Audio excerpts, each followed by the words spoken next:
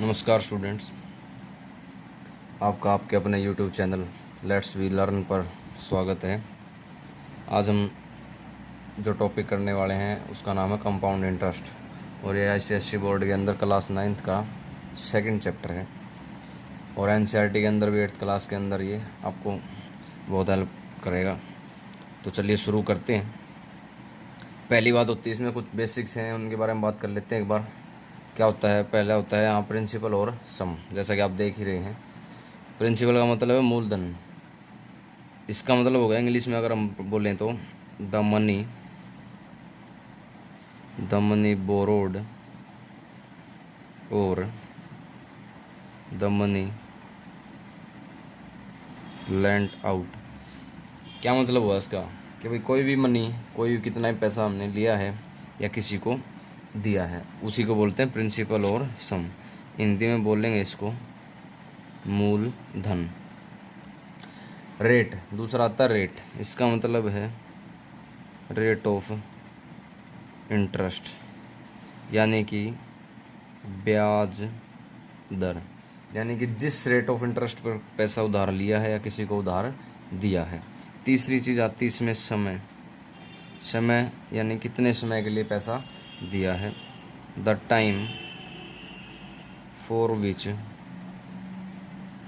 Money is borrowed या taken बोल सकते हैं, और लेंट आउट कि भाई उस समय के लिए कितने समय के लिए हमने मनी ली है या फिर दी है। चौथी बात आती है इंटरेस्ट का मतलब होगा यहाँ पे ब्याज। एक्स्ट्रा मनी, इसको हम अगर इंग्लिश में अगर ट्रांसलेट करें तो extra money paid for using others money. तो ये चार चीज़ें बेसिक हैं, यही सिंपल इंटरेस्ट में काम आती हैं, यही कंपाउंड इंटरेस्ट में काम आती हैं। अभी देखो, कंपाउंड इंटरेस्ट के जो क्वेश्चन होते हैं वो सिंपल इंटरेस्ट से भी निकाले जा सकते हैं। तो इसलिए पहले हम सिंपल इंटरेस्ट भी थोड़ा डिस्कस कर लेते हैं। कैसे? देखो, एक होता है सिंपल इंटरेस्ट, साधारण ब्याज। दूसरा होता है कंपाउंड इंटरेस्ट। इसका मतलब है चक्रवृद्धि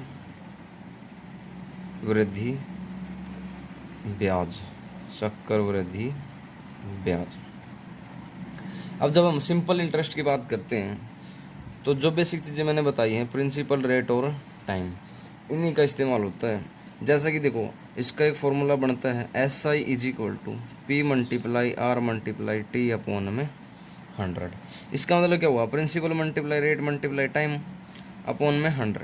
जो ये 100 है, हमेशा हम दर क्या लिखते हैं? परसेंट में, R%। पहले हम छोटी क्लास में पढ़ते थे X% = X अपॉन में 100। इसी प्रकार से R% = R अपॉन में 100। तो ये 100 वहाँ से आ गया। ये चीज़ें मैं इसलिए बता रहा हूँ क्योंकि आपको फॉर्मूला याद रह जाएगा इससे। अब यहीं से हम क्या बना देंगे? प्रिंसिपल का अगर फॉर्मूला बनाना है, देखो ध्यान से, P तो इधर ही रह जाएगा, SI उधर है, मुझे तो सिर्फ प्रिंसिपल का चाहिए। तो 100 उधर चला जाएगा इंटू में, R × T कहाँ आ जाएगा? नीचे। ऐसे ही R का चाहिए तो SI उधर ही रहेगा, इंटू में आ जाएगा 100, इंटू में क्या आ जाएगा? 100, और अपॉन में R का बना रहे हैं तो P × में T, क्योंकि P और T उधर मल्टीप्लाई में थे, इधर आके डिवाइड में। ऐसे ही R और T उधर मल्टीप्लाई में थे, इधर आके डिवाइड में। बचा T का भी ऐसे ही फॉर्मूला बन जाएगा अगर आप इस तरीके से करना चाहते हो। नहीं तो ये बेसिक फार्मूला, जो ये मेन फार्मूला है, आप इससे भी इसको कर सकते हो। किसी भी क्वेश्चन को सिर्फ वैल्यू पुट करनी है और कुछ नहीं है। अब आते हैं कंपाउंड इंटरेस्ट पे। देखो, इधर तो SI का डायरेक्ट फार्मूला था सिंपल इंटरेस्ट का, लेकिन कंपाउंड इंटरेस्ट में डायरेक्ट फार्मूला नहीं है। आपको पहले यहाँ पे क्या करना पड़ेगा? कंपाउंड अमाउंट निकालना पड़ेगा। क्या निकालना पड़ेगा? Compound amount. अमाउंट से याद आया, इसमें SI के केस में अमाउंट कैसे निकलेगा? SI प्लस में प्रिंसिपल। तो ये फॉर्मूला भी एक बनता है। कि अमाउंट, अगर क्वेश्चन में पूछेगा find the amount at the end of 2 year, at the end of 3 years, तो हमें क्या करना पड़ेगा, जो हमारा सिंपल इंटरेस्ट आता है, जो हमारा सिंपल इंटरेस्ट आता है उसको प्रिंसिपल में जोड़ देंगे, तो क्या हो जाएगा, अमाउंट आ जाएगा, फाइनल अमाउंट। यानी कि ब्याज, मूलधन में ब्याज जोड़ने के बाद अमाउंट आ जाएगा।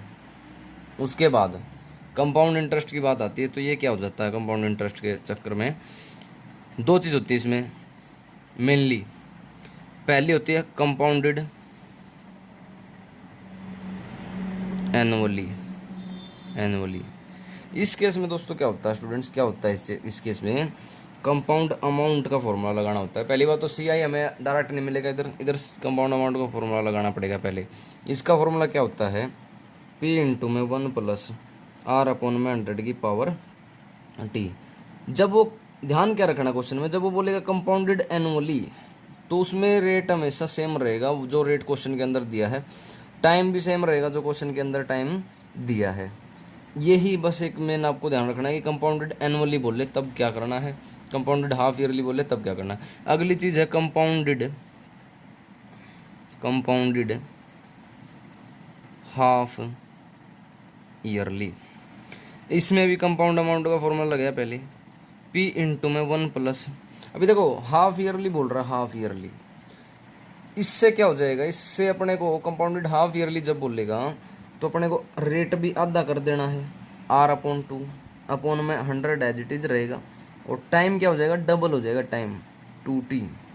यानी कि देखो साल में 12 महीने का पीरियड होता है, 6 महीने का काउंट होगा हाफ ईयरली के अंदर, 6 महीने का ही पीरियड जो है हम उसको 1 साल का ही मान के चलेंगे, यानी एक पर्टिकुलर टाइम लिमिट। यानी कि 1 साल का अगर बोलेगा तो 2T, 2 साल का बोलेगा तो भी 2T, यानी कि 4 पीरियड हो गए 2 साल के अंदर। तो ऐसा हो जाएगा, टाइम डबल हो जाएगा, रेट आधा हो जाएगा जब वो कंपाउंडेड हाफ ईयरली बोलेगा।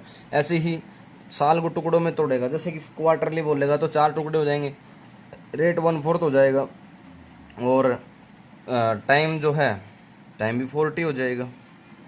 तो ऐसे अपना आपको ऐसे करना है, ऐसे याद रखना है, ठीक है। मेनली आपको जो क्वेश्चन मिलेंगे लगभग compounded annually, compounded half yearly मिलेंगे, तो इन्हीं क्वेश्चनों के द्वारा हम करेंगे।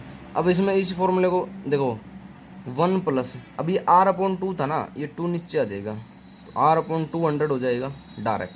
अगर आप डायरेक्ट याद करना चाहो तो इसको ऐसे कर सकते हो, कंपाउंडेड हाफ ईयरली के अंदर ये फॉर्मूला, लेकिन समझ के करना चाहो तो यहाँ से समझ के इसको रिमेंबर रखना, बस और कुछ नहीं है।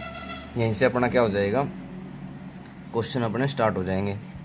तो ये थे इसके बेसिक, मेन बेसिक। अगला हम एक एग्जांपल करते हैं। देखो स्टूडेंट्स, अब ये एक एग्जांपल लिया मैंने, बेसिक से साथ एक एग्जांपल डाल रहे हैं, तो इससे समझ में आ जाएगा। उसके बाद एक्सरसाइज शुरू करेंगे।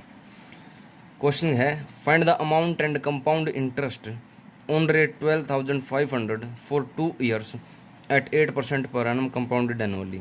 गिवन क्या क्या है, प्रिंसिपल है 12,500, टाइम है 2 ईयर्स, रेट है 8% पर एनम, और कंपाउंडेड एनुअली बोल रहे हैं। मेन बात है अपने को इस पे ध्यान रखना है, कंपाउंडेड एनुअली बोल रहा है तो रेट भी सेम रहेगा, टाइम भी सेम रहेगा। तो इसका मतलब क्या है कि कंपाउंड अमाउंट वाला जो पहले वाला अपना फॉर्मूला था कंपाउंडेड एनुअली ही, वो यहाँ पर यूज़ होगा। लेकिन पहले हम बात कर लेते हैं कि SI के द्वारा, SI वाले फॉर्मूले से कैसे निकलेगा। तो देखो P अपना प्रिंसिपल क्या गिवन है 12,500 रुपीज़, टाइम क्या गिवन है 2 ईयर्स, रेट क्या गिवन है 8%। तो SI के फॉर्मूले से हम इसको कैसे निकाल सकते हैं, देखो ध्यान से। एक चीज़ मैं बताना भूल गया था, आप याद रख लेना इसको, कि SI for first year is equal to CI for first year. यानी कि पहले साल का जो टाइम पीरियड हो जाएगा उसके अंदर SI सिंपल इंटरेस्ट और कंपाउंड इंटरेस्ट दोनों क्या हो जाएंगे, बराबर हो जाएंगे। तो जब मैं SI निकाल रहा हूँ तो मुझे पहले साल का SI निकालूंगा। जब मैं SI का फॉर्मूला यूज़ करके अगर मैं कंपाउंड इंटरेस्ट निकाल रहा हूँ या कंपाउंड अमाउंट निकाल रहा हूँ तो SI का यूज़ करना पड़ेगा, तो पहले साल का निकालना पड़ेगा एक बार के लिए। तो P इंटू में R इंटू में T अपॉन में 100। वैसे तो गिवन है 2 साल का टाइम, लेकिन एक साल का करके निकालेंगे। देखो अब कैसे निकलेगा। प्रिंसिपल कितना है 12,500, रेट कितना है 8, कंपाउंडेड एनुअली तो रेट मैं यही लूँगा, टाइम कितना लेना है? 1 साल का, क्योंकि एस आई और सी आई पहले साल का बराबर होता है, इसलिए 1 साल का एस आई निकालेंगे पहले। अपॉन में 100, 2 0 कैंसिल हो जाएंगी। 125 की मल्टीप्लाई जब 8 से करूँगा, आप ऐसे लिख के कर लेना, मैं डायरेक्ट कर रहा हूँ। ये क्या चीज़ हो जाएगी? 1000 रुपीज़ आ जाएगी। तो पहले साल का एस आई आ गया। अब क्या करना है? 1 साल तो बच गया ना अपने पास, टाइम था 2 साल का। तो अगले साल के लिए मुझे क्या करना पड़ेगा? प्रिंसिपल तो चाहिए। तो क्या करूँगा मैं? जो अमाउंट आएगा ना पहले साल के बाद, यानी कि न्यू प्रिंसिपल, ये क्या हो जाएगा? जो अपना मेन प्रिंसिपल था, मेन प्रिंसिपल कितना था? 12,500, और जो एस आई आया है उन दोनों को जोड़ के 12,500 प्लस में 1000 कितना हो जाएगा? 13,500 रुपीज़। अब जो ये प्रिंसिपल लेना है, यानी एस आई जो आया था उसको जोड़ के और ओरिजिनल प्रिंसिपल को जोड़ के, जो हमारा 1 साल का टाइम बच गया था, 1 साल का 2 साल का टाइम मिला था, 1 साल का टाइम बच गया था, उसके लिए हमें इसको प्रिंसिपल लेना है। तो नया प्रिंसिपल आ जाएगा, रेट वही रहेगा 8%, टाइम वही 1 ईयर, क्योंकि 1 साल का तो मैं पहले निकाल चुका हूँ। तो वही formula direct, P into R into में T। तो प्रिंसिपल अभी क्या हो जाएगा? 13,500 इंटू में आर कितना हो जाएगा? 8, और ईयर कितना हो जाएगा? टाइम कितना रहेगा? 1 साल का, अपॉन में 100, 2 0 से 2 0 कैंसिल, एस आई 8 की मल्टीप्लाई हो जाएगी 135 से, 8 5 जा 40, कैरी गया 4, 8 3 जा 24 और 4 28, कैरी गया 2, 8 1 जा 8 और 2 10, 1080 रुपीज़ आ जाएगा। इसमें अब क्या करना है? अभी देखो दोनों साल का एस आई निकल गया मेरे पास। अब आप कह रहे थे, आप कहोगे कि सर आपने तो ये बोला था कि एस आई पहले साल का और सी आई बराबर होता है। देखो चेंज क्या आया कि मैंने प्रिंसिपल क्या लिया, इस एस आई को जोड़ के प्रिंसिपल के अंदर, तब मैं ब्याज निकाल रहा हूँ। कंपाउंड इंटरेस्ट का क्वेश्चन है, तो कंपाउंड इंटरेस्ट का मतलब क्या होता है कि देखो सिंपल इंटरेस्ट के अंदर तो जो मनी हमने ली है उसी पे ब्याज लगता है केवल, लेकिन कंपाउंड इंटरेस्ट के अंदर क्या होता है कि जो पहले साल में हमने जो मनी ली है उस पर जो ब्याज लगा है, यानी मनी पे तो ब्याज लगेगा ही लगेगा, जो ब्याज है, जो एक्स्ट्रा मनी हमें पेड करेगा बंदा, तो उस मनी पे भी ब्याज लगेगा, इसलिए इस 1000 रुपीज़ पे भी ब्याज लगेगा, इसलिए इसको जोड़ के प्रिंसिपल बना लिया है। 8% के हिसाब से इस 1000 रुपीज़ के ऊपर भी ब्याज लग गया यहाँ पे। तो ये जो आया कितना? 1080 रुपीज़ आ गया। देखो अब सी आई निकालना, सी आई फॉर 2 ईयर्स। क्या पूछा था उसने? क्वेश्चन के अंदर पूछा था उसने कि कंपाउंड इंटरेस्ट निकालो, कंपाउंड इंटरेस्ट ये वाला। तो अपने को क्या है, 2 साल का निकालना कंपाउंड इंटरेस्ट। तो पहले साल का अपना कितना था? 1000 रुपीज़। दूसरे साल का कितना है? 1080। तो दोनों को जोड़ लूँगा मैं, C I for first year plus C I for second year. ये क्या हो जाएगा? 1000 प्लस में 1080 रुपीज़, कितना हो जाएगा? 2080 रुपीज़। ये तो था एस आई वाले फॉर्मूले से हम कैसे कंपाउंड इंटरेस्ट निकाल सकते हैं। और कंपाउंड अमाउंट भी पूछा है इसमें, तो कंपाउंड अमाउंट क्या हो जाएगा? अब इस केस में आप कहोगे 2 प्रिंसिपल हैं सर। देखो फॉर्मूला तो कह रहा था क्या? कंपाउंड इंटरेस्ट प्लस में प्रिंसिपल, लेकिन देखो ये तो बाद में आया ना प्रिंसिपल। अपना कंपाउंड इंटरेस्ट निकल गया, कंपाउंड इंटरेस्ट निकल गया, और ऊपर जो प्रिंसिपल था ना ये वाला, वो लेना है। इसका मतलब मैं इसको कह सकता हूँ कि ओरिजिनल प्रिंसिपल आपने लेना है, ओरिजिनल प्रिंसिपल जो शुरुआत में था। यानी कि अब सी आई कितना है? सी आई है 2080 प्लस में ओरिजिनल प्रिंसिपल कितना था? 12,500। तो दोनों को जब हम जोड़ेंगे 0 8 और 5 और 12 और 2 14, तो ये तो अपना फाइनल अमाउंट आ जाएगा, कंपाउंड अमाउंट जो क्वेश्चन के अंदर पूछा। तो दोनों चीज़ें निकल गई एस आई के फॉर्मूले के द्वारा। अब दूसरी बात है इसमें, दूसरा तरीका क्या है? दूसरा है कंपाउंड अमाउंट का फॉर्मूला यूज़ करके हम इसको निकाल लेंगे। जैसे कि देखो ये चीज़ आपको ये चीज़ ज़रूर ध्यान रखनी कि 1 साल का एस आई बराबर होता है पहले साल के सी आई के, यानी दोनों बराबर हो जाएंगे। एस आई का फॉर्मूला लगा के अगर मैं करता हूँ तो दोनों बराबर आ जाएंगे, यानी उसी एस आई को मैं सी आई बोल सकता हूँ पहले साल की। प्रिंसिपल इधर दे रखा है, टाइम इधर दे रखा है, रेट 8% दे रखा है। आपको पता है कंपाउंडेड एनुअली भी बोल रहा है, तो कंपाउंडेड जब एनुअली बोल रहा है तो रेट भी सेम रहेगा, टाइम भी सेम रहेगा। तो डायरेक्ट जब हम फॉर्मूला पुट कर देंगे पी इंटू में 1+r/100 की पावर टी, तो कंपाउंड अमाउंट पी कितना इधर 12,500 इंटू में 1 प्लस रेट 8% रहेगा, टाइम कितना नीचे क्या रहेगा 100, टाइम रहेगा अपना 2 ईयर्स। तो दोनों सेम रहेंगे। जब कंपाउंडेड एनुअली बोलेगा, ये मैंने बताया है, तो आपको सिर्फ इतना ही याद रखना है। कंपाउंड अमाउंट, अब देखो ये 12,500 हो गया, मैं इसको काट नहीं रहा एक बार के लिए, डायरेक्ट एलसीएम ले रहा हूँ अंदर। इस 1 के नीचे कुछ नहीं है तो क्या होता है 1 होता है, और जब एलसीएम लूँगा तो 1 और 100 का एलसीएम रहेगा 100। अब 1 से 100 को डिवाइड करूँगा 100 आया। कई बच्चों को ये पता नहीं होता, इसलिए मैं बता रहा हूँ कि एलसीएम के केस में डिनोमिनेटर से एलसीएम को डिवाइड करते हैं, जो क्वेश्चन आता है ना उस क्वेश्चन से न्यूमरेटर को मल्टीप्लाई करते हैं। अब 1 से 100 को डिवाइड करूँगा तो 100 ही आएगा, 100 की 1 से मल्टीप्लाई करूँगा तो 100 प्लस में 8, पावर कितनी हो जाएगी 2। अगली चीज़ है इधर कंपाउंड अमाउंट 12,500। अब ये दोनों जुड़ के कितना हो जाएगा 108/100 की पावर 2। अगली बात इसमें आती है कि कंपाउंड अमाउंट पावर 2 है, तो इसका मतलब क्या है, मैं इसको दो बार लिख सकता हूँ, 108/100 और 108/100।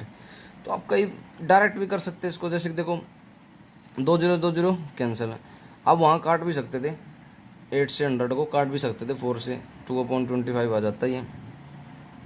चलो कोई बात नहीं, अभी देखो 25 के टेबल से जाते हैं, 25 से 5 पे कट जाएगा और 25 से 4 पे कट जाएगा। अब देखो 8 4 से डिवाइड होता है, यानी जो लास्ट 2 डिजिट किसी भी नंबर के अगर 4 से डिवाइड हो रहे हैं तो पूरा नंबर ही 4 से डिवाइड हो जाएगा। तो 4 से डिवाइड करूँगा, 4 2 जा 8, 4 7 जा 28, तो अपने पास बचता है 5 इंटू में 108 इंटू में 27। इन सब की मल्टीप्लाई करने के बाद अपना क्या आ जाएगा कंपाउंड अमाउंट आ जाएगा। देखो 5 और 27 की मल्टीप्लाई जब मैं करता हूँ 5 0 5 2 जा 10, 100 5 7 जा 35, हाँ तो 135 आ गया। इसकी और इसकी मल्टीप्लाई कितने आई 135, 135 बचा था 108। या आप क्या करो 5 और 108 की मल्टीप्लाई कर लो, 5 8 जा 40, 5 8 जा 40 और 5 1 जा 5, 5 40 इंटू में 2 7, 7 0 7 4 जा 28, 7 5 जा 35 और 2 37। हाँ तो अभी 2 से मैंने मल्टीप्लाई कर दिया था, थोड़ा वीडियो बंद हो गया था। 2 0 2 4 जा 8, 2 5 जा 10, जब इनको मैं जोड़ूंगा नीचे तो 14 580 आ जाएगा, और ये क्या हो जाएगा कंपाउंड अमाउंट। अगला कंपाउंड इंटरेस्ट का formula CA minus principal is equal to 580 minus 12,500। जब माइनस करूँगा तो कंपाउंड इंटरेस्ट आ जाएगा 2080। तो इस प्रकार से आपको देखना है कि कौन सा फॉर्मूला आपके लिए इजी है, SI वाला या CI वाला। तो दोनों फॉर्मूले से आप इन क्वेश्चन को ऐसे कर सकते हो, समझ के वीडियो को बार बार देखना, समझ आ जाएगा धीरे धीरे। तो नेक्स्ट वीडियो में अपना क्या करेंगे, एक्सरसाइज के क्वेश्चन करेंगे चैप्टर 2 के अंदर, जो भी एक्सरसाइज है या जितने भी क्वेश्चन है वो सारे करेंगे। तो अगली वीडियो कल आ जाएगी भाई। थैंक यू, और शेयर करना, लाइक करना, सब्सक्राइब करना चैनल को। Thank you.